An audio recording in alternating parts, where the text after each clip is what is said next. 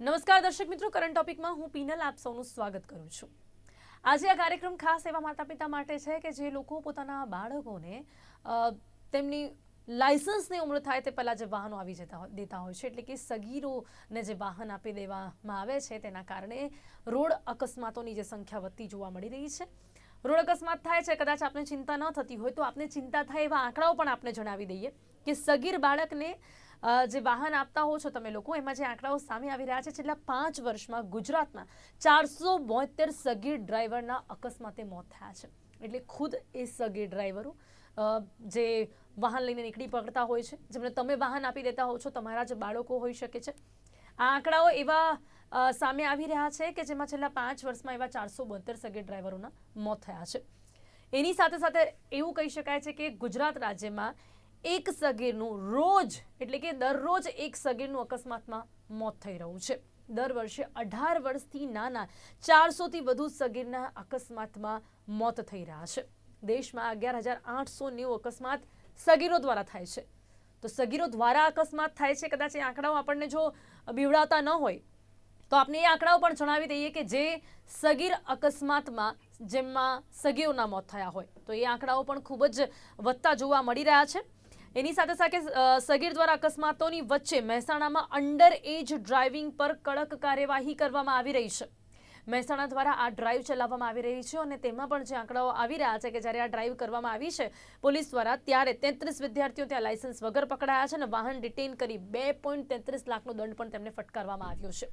અને એટલા માટે જે માતા પિતાને ખાસ આના વિશે જણાવીશું અને આના વિશે વાત કરીશું કે તમે જે તમારા બાળકોને જે લાયસન્સ ન હોય તે પહેલાં જ્યારે તમને વ્હીકલ આપી દેતા હો છો ત્યારે તમને કદાચ આ આંકડાઓ ચોંકાવનારા નથી લાગતા કે તેમના દ્વારા અકસ્માત થઈ રહ્યા છે, ત્યારે આજે આપણે એ આંકડાઓ વિશે જણાવીને ક્યાંક સાવચેત કરવાનો પ્રયાસ કરીશું કે એ ખુદ જે સગીરો છે, જે વાહન લઈને નીકળી રહ્યા છે, તેમના પણ આ અકસ્માતમાં મોત થઈ રહ્યા છે। અને સાથે જ મહેસાણામાં જે ડ્રાઇવિંગ થઈ રહી છે તેમાં પણ જે લોકો પકડાઈ રહ્યા છે તેના વિશે વાત કરીશું। ને સગીરો દ્વારા જો કોઈ અકસ્માત થાય છે તો અને સાથે જ એમનો અકસ્માત થાય છે એમાં શું નિયમો હોય છે અને આ પ્રકારની માનસિકતા જે વિદ્યાર્થીઓની, જે બાળકોની જોવા મળતી હોય છે કે જેના કારણે તે લોકો ડિમાન્ડ કરતા હોય છે માતા પિતા પાસેથી વ્હીકલની, અને માતા પિતા પણ આપી દેતા હોય છે અને ક્યાંક દેખાદેખીમાં એમને વ્હીકલ આપી દેવું હોય છે। તમામ મુદ્દાઓ પર વાત કરીશું, જેની માટે મારી સાથે જોડાયા છે ડૉક્ટર રિચાર્ડ મેકવાન છે, સાયકોલોજીસ્ટ છે, અને સ્વપ્નિલ પટેલ આપણી સાથે જોડાયા છે, અસિસ્ટન્ટ આરટીઓ અધિકારી છે, મહેસાણાથી જ આપણી સાથે જોડાયા છે। આ બંનેનું સ્વાગત છે, વેલકમ ટુ કરંટ ટોપિક। સૌથી પહેલા જી સ્વપ્નિલ પટેલજી, અત્યારે મહેસાણામાં ખાસ કરીને અંડર એજ ડ્રાઇવિંગ જે ચાલુ કરવામાં આવી છે તેના વિશે જાણવા માંગીશું અને સાથે જ આપને જેમ આંકડાઓ જણાવ્યા, આપને તો ચોક્કસપણે અનુભવો હશે કે જે રીતે અત્યારે છેલ્લા 5 વર્ષમાં જે ગુજરાતમાં 472 સગીર ડ્રાઈવરના અકસ્માતે મોત થયા છે, આપ પોતે કદાચ ઘણું એવું જોતા પણ હશો, આપને પણ લાગે છે કે ક્યાંક ને ક્યાંક વધુ અકસ્માતોની જે સંખ્યા વધી રહી છે તેનું જે કારણ છે એ જ છે કે જે માતા પિતા છે એ તેમના બાળકોને ખૂબ જ વહેલી તકે વ્હીકલ આપી દેતા હોય છે અને અકસ્માતો વધુમાં વધુ સગીરો દ્વારા થઈ રહ્યા છે। જી સ્વપ્નિલજી।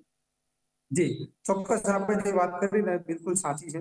કેમ કે આ જે અમે કારણ જે અનુભવ્યા કે વારંવાર માતા પિતાની કદાચ મજબૂરી હશે કે પોતે પોતાના બાળકને સ્કૂલે મૂકવા નથી જઈ શકતા કે કોઈ વ્હીકલ ટ્રાન્સપોર્ટેશન એમને છે છતાં એમને ઉપયોગ નથી કરવો, તો પોતાના બાળકોને ખૂબ જ નાની વયે પોતાના વાહનની ચાવી આપી દેતા હોય છે। એટલે આ બાબત અમારા ધ્યાને આવી અને એ માટે અમે પ્રયત્નો શરૂ કર્યા। તો પહેલા દિવસે જ્યારે અમે સ્પેશિયલ ડ્રાઈવ કરી, અમે અને પોલીસ સાથે બંને, તો એની અંદર એવા 26 બાળકો હતા કે જેની ઉંમર 16 વર્ષથી નાની છે, જે પોતે લાયસન્સ માટે એલિજિબલ પણ નથી અને સ્ટીલ એ પોતે વાહન ચલાવી રહ્યા છે। એની સાથે બીજા 33 બાળકો એવા હતા કે જે 16 વર્ષ વટાવી ચૂક્યા છે પણ એમને લાયસન્સ લેવાની કોઈ દરકાર રાખી નથી, યા તો હજી એમને લાયસન્સની પ્રક્રિયા પૂરી કરી નથી અને છતાં એ પોતે વાહન ચલાવી રહ્યા છે। એટલે આવા ટોટલ 59 કેસો કરેલા જી હા, જી અને જી એમાં 2.33 લાખનો દંડ કર્યો। આમાં મેઇન દંડ કરવાનો આશય નહોતો પણ એક સેન્સિટાઇઝેશન હતું, કેમ કે હાલ શાળાનું સત્ર પૂરું થાય છે, આ સત્ર જ્યારે શરૂ થશે ત્યારથી અત્યાર સુધીમાં વચ્ચે જે વેકેશનનો પીરિયડ છે એમાં વાલીને વિચારવાનો સમય મળે કે મારા બાળક માટે મારે ટ્રાન્સપોર્ટેશનની જે વ્યવસ્થા કરવાની છે એ એમને ગોઠવતા ફાવે અને પોતાના બાળક પ્રત્યે કેટલા સજાગ છે એના પ્રિપરેશન માટે એમને વચ્ચે 1.5 મહિનો જે સમયગાળો છે વેકેશનનો એમને મળી રહે। જી બિલકુલ, પણ આપણે આશા રાખીએ, આપણે વાત કરી કે વાલીઓ આ સમજ રાખે। રિચાર્ડ, શું લાગે છે આપને, વાલીઓની આ કેવા પ્રકારની માનસિકતા છે કે તેઓ તેમના બાળકોને લાયસન્સ વગર વ્હીકલ આપી દેતા હોય છે? શું વિદ્યાર્થીઓની એટલી ડિમાન્ડ હોય છે એમની, એટલા માટે એ લોકો એની આગળ ઝૂકી જતા હોય છે કે એમને ખુદ જ દેખાદેખીમાં આપી દેવું હોય છે? શું લાગે છે આપને? હું આને બે રીતે જોઈશ. ફર્સ્ટ કે જ્યારે ટીનેજની અંદર મીન્સ 13 યર્સથી ઉપર જ્યારે બાળક જાય ત્યારે એનામાં એટલી બધી ક્યુરિયોસિટી હોય, નવી શીખવાની જે વૃત્તિ છે, સાહસ કરવાની વૃત્તિ છે, હું મોટો થઈ ગયો છું, હું પણ પપ્પા જેવું કરી શકું છું, એ બધી વાતો એ એક બાજુ ચાલતી હોય. બીજી બાજુ વર્કિંગ પેરેન્ટ્સ કે જે પોતે જ પૈસાના બેવ છેડા અડવા માટે બેવ દોડતા હોય અને એની વચ્ચે એજ્યુકેશન, ટ્યુશન, સ્પોર્ટ્સ એક્ટિવિટીઝ અને એ બધીની વચ્ચે કેમનું હેન્ડલ કરવું એ ખ્યાલ નથી આવતો. અને એટલા માટે હું જે જોઈ રહ્યો છું, આટલા બધા કેસીસની વાત કરી અને જે સ્પેશિયલ ડ્રાઈવ સ્વપ્નિલભાઈ ચલાવી રહ્યા છે એ પરથી મને એવું લાગે છે કે આ ત્રણેય જરૂરિયાતો બરાબર છે, આમાં કશું ખોટું નથી. પણ પેરેન્ટ્સ એ પોતાના ટીનેજ છોકરાઓ સાથે સંવાદ, કમ્યુનિકેશન એમને સમજાવવાની જરૂર છે બેટા કે જે ડ્રાઇવિંગના રૂલ્સ છે કે જે યોગ્ય સમયે કેમ સરકારે નક્કી કરેલું છે, એનું જે એજ્યુકેશન છે, એનું જે શિક્ષણ છે, એની જે સમજ છે એ સંવાદ દ્વારા આપવાની જરૂર છે. એ ક્યુરિયોસિટી, નવું કરવાની, સાહસ કરવાની જે વૃત્તિ હોય એનો સાચો સમય એ સંવાદથી બતાવવાનો છે. પણ મા બાપોએ અત્યારે તો ફોનની અંદર એમનો જે ફ્રી ટાઈમ મળે છે એ પોતે એની અંદર રહેલા છે, તો એ ક્યારેય એમ પોતાને કરશે? કારણ કે એમને પણ સ્ટ્રેસ રિલીઝ માટે કશું જોઈએ છે. આ બાજુ છોકરાઓની શીખવાની વૃત્તિ છે, સાથે સાથે ટ્યુશન્સ, સ્કૂલ્સ અને બીજી બધી એક્ટિવિટીઝની અંદર એમણે આમ જેમ જવાની જરૂર પડે છે. આ ત્રણેય વસ્તુઓ બરાબર છે, પણ એની અંદર મને એવું જે મિસિંગ લાગે છે સંવાદ અને સુપરવિઝન ઓફ પેરેન્ટ્સ. જો તમારી સુપરવિઝનની અંદર તમે નથી રાખતા અને કારની કે બાઇકની એક્સેસ એવી ચાવીને એવું આપી દો છો તમે, તો એ લોકો કરશે, કારણ કે એમને સમજ નથી. એમને હજુ એક્સિડન્ટ થયા પછી ખબર પડે છે કે બાપરે મેં આટલું બધી ભૂલ કરી નાખી. અને હું તમને કહું કે જ્યારે અત્યારે વિડીયો ગેમ્સની અંદર કિલ કરી દેવું કેટલું આસાન છે, એની અંદર એ લોકોને સમજ નહીં પડતી. એ તો કેટલા લોકોને મારી મારીને બધા સ્ટેજ પાર કરતા હોય છે. એ જે સાયકોલોજી એમનામાં એ થયેલી છે, એટલે એમને એવું નહીં થયું હું તો ફાસ્ટ જ ચલાવું, હું આગળ જ નીકળી જાઉં, કોણ મારી પાછળ રહે. આ બધાની વચ્ચે એજ્યુકેશન અને સંવાદ. આની પણ અસર થાય છે રિચાર્ડજી, જે પેલું આ વિડીયો ગેમમાં જે રેસિંગ ગેમ રમતા હોય છે ને, એમાં જે બટન પ્રેસ કરીને આગળ નીકળીને જીતવાની એમને જે ટેવ પડી ગઈ હોય ને, એ લોકો પ્રેક્ટિકલી અપ્લાય કરતા હોય છે રોડ પર. અને એ જ હું કહું છું કે એમને ખબર નથી કે રિયલ લાઈફ અને રિયલ લાઈફનો ડિફરન્સ શું છે. રિયલ લાઈફની અંદર આમથી તેમ જઈ શકો, પણ રિયલ લાઈફની અંદર બકા ધીરે રહીને જવું પડે છે. સામેથી કોઈ આવતું હોય, બધા લોકો એ વસ્તુનો અંદાજ એ 13 થી 19 યર્સના એમાં, અને સરકારે નક્કી કર્યું છે 18 યર્સ પછી, તો એ સમજ નહીં પડતી. સાયકલ જરૂરી છે, સાયકલ સુધી સીમિત રાખવાનું, નોટ કે મોટર સાયકલ અને નહીં કે કાર. અને એ વસ્તુ મને લાગે એ રીલ અને રિયલનું જે સમન્વય છે ને, કયું એની જે જવાબદારીઓ છે એ નહીં સમજના કારણે આવા ડ્રાઈવ કરવા પડે છે સ્વપ્નિલભાઈ જેવા, કે જેમને પકડી પકડીને સમજાવે છે કે બકા તું બરાબર તારા મમ્મી પપ્પાને છેતરીને ગયો, પણ તું બહાર આવી સમાજને, સોસાયટીને જો કેટલા લોકોને નુકસાન પહોંચાડી રહ્યો છે. અને ત્યારે સમજ આવે છે એ ખોટું છે, એ મોડું છે, એની પહેલા મને ઘરથી શરૂઆત કરવી જોઈએ એવું મને લાગે છે. જી બિલકુલ બિલકુલ રિચાર્ડજી, આમાં લોકોને તો નુકસાન પહોંચાડે છે, પણ હવે જે આંકડાઓ છે કે ખુદને પણ એ લોકો નુકસાન પહોંચાડે છે. નરેશજી, હવે વાત કરીએ આપણે શાળામાં, ખાસ કરીને ટ્રાન્સપોર્ટેશનના આટલા બધા વિકલ્પો હોય છે, છતાં પણ આપને શું લાગે છે કે જે વાલીઓ છે એ હવે આ ટ્રાન્સપોર્ટેશનના વિકલ્પોને અવોઇડ કરીને પોતાનું વાહન બાળકોને આપી દેતા હોય છે? આપને શું કારણ લાગે છે? નરેશભાઈ આપણી સાથે છે, જેઓ ખાસ વાલી મંડળના પ્રમુખ છે, એક વાલી તરીકે આપણી સાથે જોડાયા છે. જી નરેશ. જી, હું ઓલ ગુજરાત વાલી મંડળનો પ્રેસિડેન્ટ છું, નરેશ શાહ. શાળાઓ સાથે સંકળાયેલાની સાથે સાથે બાળકોનું માનસ, અને જેમ સાહેબે આગળના બે પ્રવક્તાએ કીધું એમ કે પેરેન્ટ્સની જવાબદારી. હવે હાલ જે રીતે સિનારીઓ આપણા કલ્ચરમાં અને આપણી જે રીતે સંસ્કૃતિમાં જે વધી રહ્યું છે, એકબીજાની દેખાદેખી, અને બાળકો જે રીતે સંસ્કાર જોઈ રહ્યા છે ઘરના મા બાપના, બહારના, સોશિયલ મીડિયા દ્વારા, આ બધાની અસર બહુ જ ઝડપી કેચઅપ કરી લેતા અત્યારના બાળકો 11-12 વર્ષની ઉંમરમાં એની જે કેચઅપ શક્તિ એટલી વધી ગઈ છે. જ્યારે મારી ઉંમર અત્યારે 55 છે, એ ટાઈમે આપણી જે કેચઅપ શક્તિ હતી આટલી બધી નથી. જેમ જેમ સંસ્કૃતિ વધતી જાય છે, નવું ડેવલપિંગ વધતું જાય છે, નવા બાળકોની કેચઅપ શક્તિ જબરજસ્ત વધી ગઈ છે.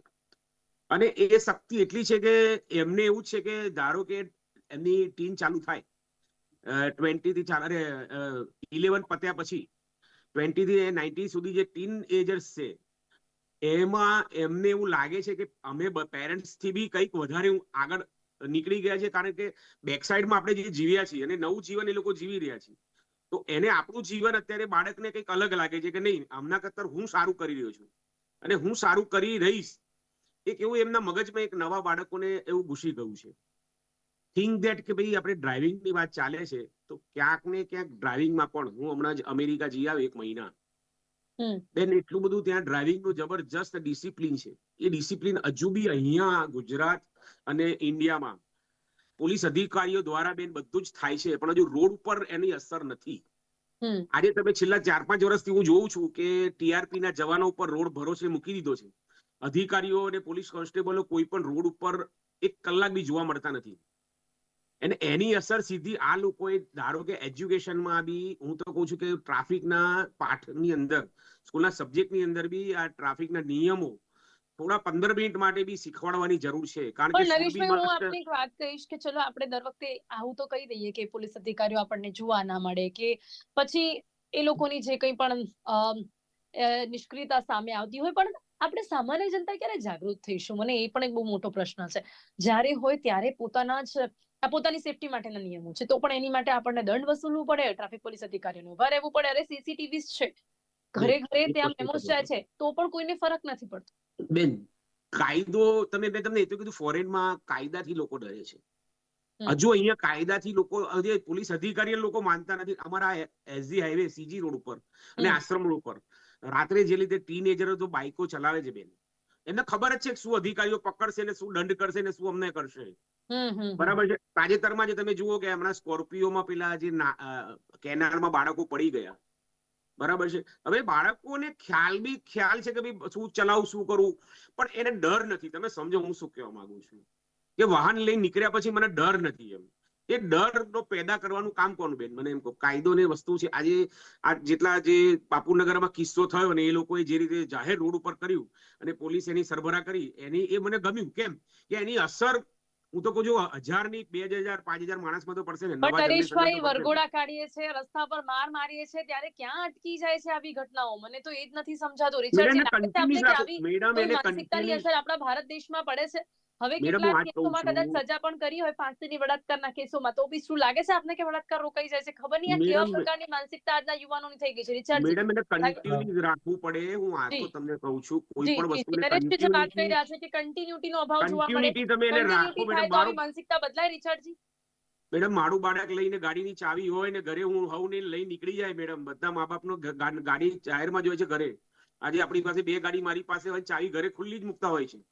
તો એ મારા બાળકને ડર હોવો જોઈએ કે બહાર નીકળીશ ને મને આવી રીતે કડક સજા થશે. હું આ સમજાવું છું તમને બેન. જી બિલકુલ. અને સાથે સાથે માતા પિતાનો પણ ભય હોવો જોઈએ કે જો હું નીકળી જઈશ તો એ લોકો પણ મને શું કહેશે. આ બંને વસ્તુ હોવી જોઈએ રિચર્ડજી. એટલે મને એવું લાગે છે કે આપણે એક ડિફરન્સ સમજવો જોઈએ કે ડિસિપ્લિન અને પનિશમેન્ટનો. ડિસિપ્લિન એ ભૂલ કર્યા પહેલાની સમજ છે, એમને સમજાવવાની, સંવાદ કરવાની, વાત કરવાની અને એમને શિસ્તમાં લાવવાની વાત છે. પણ પનિશમેન્ટ એ કર્યા પછીની વાત છે કે ભાઈ તમે 2-5 તો પાડી દીધા ને હવે તમે જે કંઈ કરાવડાવો ને એ કરો. મને એવું લાગે છે કે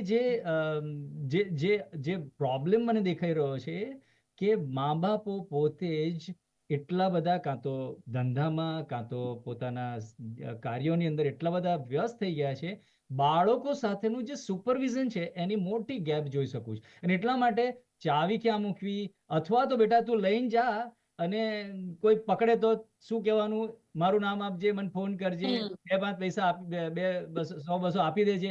આ બધી જે ટ્રેનિંગ એમને મા બાપ દ્વારા જ આપવામાં આવે છે એટલે એ લોકો કોન્ફિડન્સ થઈ જાય છે. અને મેં પેલું ડ્રીલ વાળી વાત તો મગજમાં ચાલે જ છે. એડોલન્સીસના ચેન્જીસ એમને છે જ.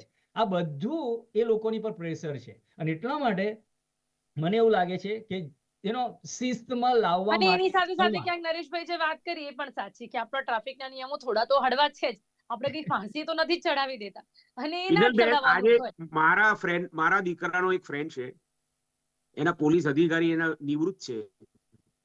એ કહે છે કે તમે પોલીસનું બોર્ડ મારો, તમને કોઈ નહીં રોકે. તમે જાહેરમાં કહું છું, સાહેબ બી સાંભળે છે. આજે પોલીસોના બોર્ડ મારેલા છોકરાઓ ફરે છે, તો પોલીસને ખ્યાલ નથી? આજે સાહેબ આપણી પાસે અધિકારી બેઠા છે, એમને બધી જ ખબર છે, પણ ક્યાંક ઉપરથી ફોન આવે ને એમને પાછું એ થઈ જાય. પોતે પોલીસ અધિકારી પોતે જ જ્યારે પોતાની નિયમતા સમજે અને પોતાની ડ્યુટી સમજે, તો આ બહુ લોંગ ચર્ચા છે બેન. આ વસ્તુ સ્વપ્નિલજી, આપના અનુભવો શું છે? આવા જ્યારે બાળકો, આવા વિદ્યાર્થીઓ પકડાય ને, જેમની પાસે લાયસન્સ ન હોય, આપના તો હમણાંના અનુભવો છે, 33 વિદ્યાર્થીઓ લાયસન્સ વગર પકડાયા છે, શું જવાબો શું હોય છે એમના? જનરલી ઘણી વખતે જે અમે જે ફેસ કરીએ છીએ એમાં મોટા ભાગે તો એવું હોય છે કે બાળક પહેલા તો જ્યારે એને પકડીએ ને ત્યારે ગભરાઈ જાય કે શું થશે, પણ એને ખ્યાલ છે કે એ ચોરી છુપીથી પોતાના ઘરેથી નીકળ્યું નથી. એને છેલ્લા 2 વર્ષથી એ ચલાવે છે અને એના વાલીએ જાણે છે કે મારું બાળક એક્ટિવા કે બાઇક લઈ અને સ્કૂલે જાય, એટલે એમનામાં વાલીનો ભય નથી. એ તો સ્પષ્ટ છે, કેમ કે જ્યારે એ ફોન કરે છે ત્યારે સૌથી પહેલો ફોન વાલીને જ કરે કે હું આ રીતે પકડાયો છું અને મારું વ્હીકલ હાલ અહીંયા ડિટેન અવસ્થામાં અમને મૂક્યું છે, કે મને પકડ્યું છે, તમે મને અહીં છોડાવો. આ પહેલો પ્રશ્ન એમના વાલી સાથે જાય, બરોબર? એટલે એના વાલી જાણતા નથી એવું તો બિલકુલ બનતું નથી. એટલે અમારી આ સ્પેશિયલ ડ્રાઈવનું આ વખતનું જે મુખ્ય તત્વ હતું ને એ જ હતું કે આમાં ચલો બાળકની સમજ નથી, બાળક 16 વર્ષથી નીચેનું છે, એ હાલ સમજ નથી એવું માની લઈએ, પણ વાલીને તો સમજણ છે. વાલી પાસે તો 16 વર્ષનું બાળક છે, માટે એની સમજણ છે. એટલે અમે આ કેસો માટે ફરજિયાત વાલી ઉપર એફઆઈઆર થાય, કે વાલી ઉપર જે કેસો થાય ને એનું પ્રાધાન્ય પહેલું હતું અમારું, કેમ કે આમાં સમજ વાલીને આપવાની છે, બાળકને નહીં. બાળકને સમજણ માટે તો સરકાર એના અભ્યાસક્રમમાં મૂકે છે, સરકાર એની જે આખી એક્ઝામની મેથડ છે એની અંદર આ બધું ધીમે ધીમે વણાય છે, અને આપણને એનો 20 વર્ષ પછી એનો એ આપણને ખ્યાલ આવશે કે નવી પેઢી જ્યારે આવશે, નવી પેઢી જ્યારે એમના બાળકો આવશે ત્યારે એમને ખબર પડશે કે એ જે શિક્ષણ છે ક્યાં પહોંચ્યું છે. પણ હાલ તો જે નિયમો શું છે? હવે વાલીઓ પર કેસ થઈ શકે છે? ચોક્કસ વાલી ઉપર કેસ થઈ શકે છે. આ જે કેસો થયા એની અંદર ઘણા કેસોમાં વાલીને કોર્ટ સુધી જવું પડ્યું છે, અને કોર્ટમાંથી પછી એમને જે તે દંડ ભરી અને રિલીફ થયા છે. પ્લસ હજી હું તમને એક ઉમેરણ આમાં કરી આપું કે મોટર વ્હીકલ એક્ટની અંદર 199 એ કલમ છે કે જે કલમ અંતર્ગત જો જુવેનાઇલ ના કેસમાં જો એ વાહન ચલાવે છે અને જો કોઈ ગુનો થાય છે તો એના વાલીને 3 વર્ષ સુધીની કેદની સજા છે અને 25,000 સુધીનો દંડની જોગવાઈ છે. એટલે કોઈ વાલી જો એમ સમજતા હોય કે ખાલી આપણે અહીંયા કોર્ટમાં ગયા, 2,000 રૂપિયા 5,000 રૂપિયાનો દંડ થયો અને આપણે છૂટી ગયા, તો એટલાથી પૂરું થતું નથી. અને સ્વપ્નિલભાઈ કોઈ ઓળખાણ લઈને, વેચાર નામ લઈને આવશે તો શું? બેચાર નામ લઈને આવે તો એ વખતે તો મેગા ડ્રાઈવ છે, મેગા ડ્રાઈવમાં બધા સમાન જ છે. અને આમે ગમે ત્યારે તો જનરલી અમારો અનુભવ એવો છે કે જ્યારે કોઈ આવી પરિસ્થિતિમાં મુકાય ને ત્યારે ક્યારેય કોઈ ફોન નથી કરતા, કેમ કે એમને ખબર છે કે જો પ્રતિષ્ઠિત માણસ હશે, સમાજમાં શાખ ધરાવતો માણસ હશે ને, તો એ અમારા સુધી નહીં આવે. કેમ કે અમે એને 2 શબ્દો એ રીતે કહીશું કે તમે પ્રતિષ્ઠિત છો, તમારું ઉદાહરણ સમાજમાં બીજા લોકો લે છે, તો એટલીસ્ટ તમે તો આવું ના જ કરો. અને એમને ખ્યાલ છે, એટલે એ લોકો તો અમને ફોન કરતા બીઆઈ છે. એ વખતે તો અમને નહીં જ કે 100% નહીં કે અમારો આવો અનુભવ જાત અનુભવ. પણ આપને પણ લાગે છે સ્વપ્નિલજી કે આ છે ને, આવી બાબતોમાં એકચ્યુઅલમાં આવું ના જ થવું જોઈએ. આજે આવી બાબતોમાં જે કોલ કરીને અમુક લોકો બચાવી લેતા હોય છે ને, થાય છે આવું સ્વપ્નિલજી, ઘણા લોકોમાં આવું થાય છે. આ ના થવું જોઈએ, કારણ કે જો આવી રીતે જ આપણે ક્યાંક ને ક્યાંક ઓળખાણથી કે લોકોને છોડતા રહીશું તો ક્યારેય સમજ જ નહીં આવે. કારણ કે દરેક એક વ્યક્તિ જે ઊંધું કંઈક બી કરે છે ને, ખોટું કરે છે ને, એ એક નામ કે એક એવું કાર્ડ તો પોકેટમાં લઈને ચાલે જ છે કે મારે શું કરવાનું છે ને કોને ફોન કરવાનો છે. દરેક વ્યક્તિ, મને લાગે છે કે જેટલા પણ લોકો હશે ને એ બધા ક્યાંક ને ક્યાંક એવા છેડા તો એ લોકો અડાયેલા જ હશે કે આપણે આને કોલ કરી શકીશું, કે આનું નામ લઈ શકીશું. લાગે છે સ્વપ્નજી આપને? સાચી વાત છે તમારી, કેમ કે એ જે ફોન કરે છે એની અંદર એમનો જ્યારે બાળકની પાસે પહેલા તો ફોન હોય છે ને, એ જે ફોન એની અંદર પહેલી 5 મિનિટનો એને એટીટ્યુડ એવો જ હોય છે કે હું હાલ અહીંથી છૂટી જઈશ. પછી ધીમે ધીમે એને ખબર પડતી જાય છે, કાં તો એના વાલી કહે છે કે બેટા જે છે પ્રોસેસમાંથી પાસ થાવ. બીજા જે કોઈને ફોન કરતા હોય તો એ કહે છે સ્પેશિયલ ડ્રાઈવ છે, આની અંદર તમે હાલ જે પ્રોસેસ છે એમાંથી ફોલો થો. પછી એને ધીમે ધીમે ખબર પડતી જાય છે કે આપણો કોઈ છૂટકો નથી. જે પ્રોસેસ થાય છે આવા જ ઉદાહરણો બેસાડવાની જરૂરિયાત છે. રિચર્ડજી, લાગે છે કે જ્યારે વાલીઓ પર પ્રેશર આવશે ને ત્યારે લાગે છે કે હવે એ લોકો કદાચ દેખાદેખીમાં પણ અને જે રીતે એમની માંગણીઓની સામે જે ઝૂકી જતા હોય છે એ પણ બંધ કરશે. કે હવે જે આપણે કહી રહ્યા છે કે વાલીઓ પર કેસ થશે. વિચારો, એમને વ્હીકલ આપવાથી જો ખોટા ધક્કા ખાવા પડશે. હવે વ્હીકલ કેમ આપતા થયા હતા? કારણ કે પોતાનો સમય બચાવવો હોય, એમને મૂકવા ના જવું હોય, એમની સાથે કોમ્યુનિકેશન ના કરવું હોય, અને એની સામે જ્યારે એમને ખોટા ધક્કા ખાવા પડશે એટલે સમયની સામે સમયની માંગ થશે, તો કદાચ આમાં કોઈ સુધારો આવશે. મને લાગે છે આપણે એ સમજવું જોઈએ, બેસ્ટ થિંગ ટુ ડુ અને રાઈટ થિંગ ટુ ડુ નો ડિફરન્સ. મોટા ભાગના જે મા બાપોના દીકરાઓએ મોટી મોટી ગાડીઓ લઈને 2-3 જણને પાડીને અત્યારે જેલમાં છે ને, એ લોકોને સમજ પડે છે કે બેસ્ટ થિંગ શું હતી કે ભાઈ રસ્તામાં જઈએ, પોલીસ પકડે તો એમને 2-5 રૂપિયા 200-300 આપવાના અને છૂટી જાઓ. આ બેસ્ટ થિંગ કહેવાય કે ભાઈ તમે શોર્ટકટ લઈ લીધું. રાઈટ થિંગ શું હતું? બેટા હેલ્મેટ પહેરવાની હતી, લાયસન્સ વગર જવાનું નહોતું. જે મા બાપોએ આ ઘરમાં રાઈટ થિંગ્સ ટુ ડુ ની સંવાદવાળી વાતો કરીને સમજાય છે ને, એ લોકોના છોકરાઓને ખબર છે કે મારા પપ્પાનો ફોન નહીં કરી શકું કારણ કે એમણે મને આ કીધું છે. પણ બેસ્ટ થિંગ વાળા જે લોકો જુગાડ અને હું બેઠો છું બેટા મને ફોન કરજો, હું પેલા ફોન કરીશ ને, અને સાહેબોને ધમકાવે. રાઈટ, મેં જોયા છે કેટલા બધા સાહેબોને ધમકાવતા હોય કે ના તમને હું આ કરી નાખીશ, તમારી નોકરી જતી રહેશે. ના, કેમ? પેલા બાળકને એની સામે એમના પપ્પા જ્યારે પોલીસને આવી બધી વાતો કરતા જોઈએ તો એ છોકરાનો કોન્ફિડન્સ કેટલો વધી જાય. કેમ કે દુનિયાની અંદર શોર્ટકટ જ બરાબર, best thing to do, right thing to do. અને એટલા માટે આ શિક્ષણ જો તમે આપશો નહીં તો એક દિવસે છોકરો જેલમાં હશે અને તમે કોર્ટના ધક્કા ખાતા અને હશો. જેલમાં નહીં તો કદાચ હોસ્પિટલમાં પણ હોઈ શકે. સાંભળવામાં કદાચ તમને બહુ હાર્ડ લાગે, હાર્શ પણ લાગે, પણ આવું થઈ રહ્યું છે. એટલા જ માટે આંકડાઓ આપને જણાવી રહ્યા છે કે 5 વર્ષમાં ગુજરાતમાં 472 સગીર ડ્રાઈવરના અકસ્માતે ખુદના મોત થયા છે. એટલે જેલમાં કાં તો હોસ્પિટલમાં હોઈ શકે છે. નરેશજી, શું કહેશો આપ એક વાલી તરીકે? વાલીઓને શું કહેવા માંગશો કે લોકોએ પણ આ સમજ આપવાની કેટલી જરૂરિયાત છે?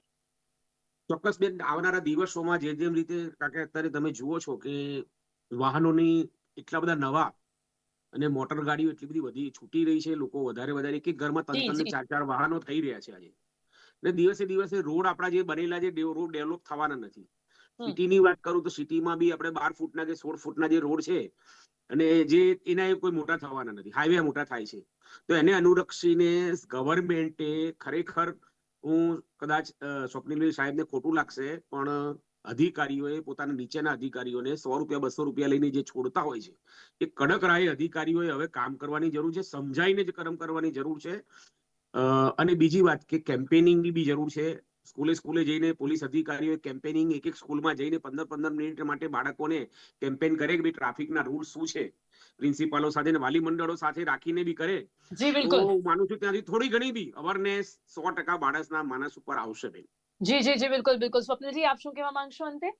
જે રીતે આ અંડર એજ ડ્રાઇવિંગ ચાલી રહી છે, જે ખાસ કરીને ડ્રાઈવ, શું લાગે છે એમાં શું બીજી અન્ય તૈયારીઓ છે આપની? જી, હું આખું જે કન્ક્લુડ કરું તો એની અંદર પહેલું તો સેલ્ફ ડિસિપ્લિન છે. જ્યાં સુધી સેલ્ફ ડિસિપ્લિન નહીં આવે ત્યાં સુધી સમાજને આપણે યોગ્ય રસ્તે કદી નહીં લઈ જઈ શકીએ. સ્ટાફનું કામ કરે છે પણ સ્ટાફની લિમિટેશન છે. એમની પોતાની સંખ્યાબળની સામે જે નાગરિકોની સંખ્યા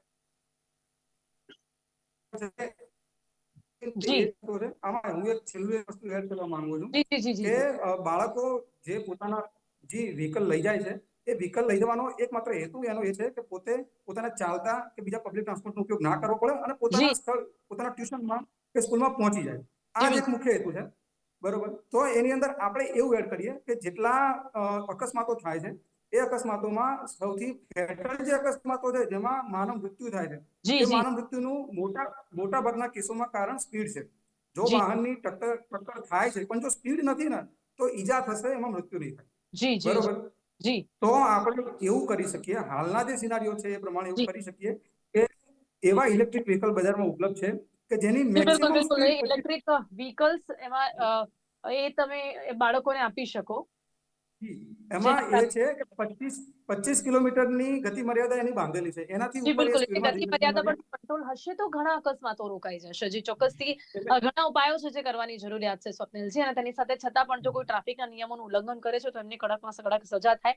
બાળકોને નહીં આપી શકતા તો માતા પિતાને આપવામાં આવે જેથી કરીને તેમની માનસિકતા સુધરે અને તેઓ તેમના બાળકોને પણ સુધારે. સમય સમાપ્ત થાય છે. સ્વપ્નિલજી, નરેશજી અને રિચાર્ડજી, આપ સૌ મારી સાથે ચર્ચામાં જોડાયા તે બદલ આપનો ખૂબ ખૂબ આભાર. નમસ્કાર. Thank you so much. તો સગીરોને વાહન આપતા માતા પિતા સાવધાન થઈ જાઓ. અને જે પ્રકારે અત્યારે મહેસાણામાં જે અંડર એજ ડ્રાઇવિંગની ડ્રાઈવ ચાલી રહી છે તેવી દરેક જગ્યાએ ચાલી શકે છે અને જેના કારણે આપના ઉપર સીધો હુમલો થઈ શકે છે. કારણ કે વાલીઓ ઉપર કેસ થઈ શકે છે, કોર્ટના ધક્કા તમારે ખાવા પડી શકે છે. જો બધામાંથી બચવા માંગો છો તો તમારા બાળકોને તેમની ઉંમર પહેલાં, એટલે કે લાયસન્સ ન હોય ત્યાં સુધી તેમને વાહનો ન આપો. તેમને દેખાદેખીમાં કે તેમની ડિમાન્ડની સામે ન ઝૂકો, કારણ કે લોકોની માટે તો હાનિકારક સાબિત થઈ શકે છે પણ એ તમારા બાળકને પણ જેલ, કાં તો હોસ્પિટલ પહોંચાડી શકે છે. કરંટ ટોપિકમાં અત્યારે બસ આટલું જ. ફરીથી મળીશું એક નવા વિષયની સાથે. ત્યાં સુધી રજા આપશો. નમસ્કાર.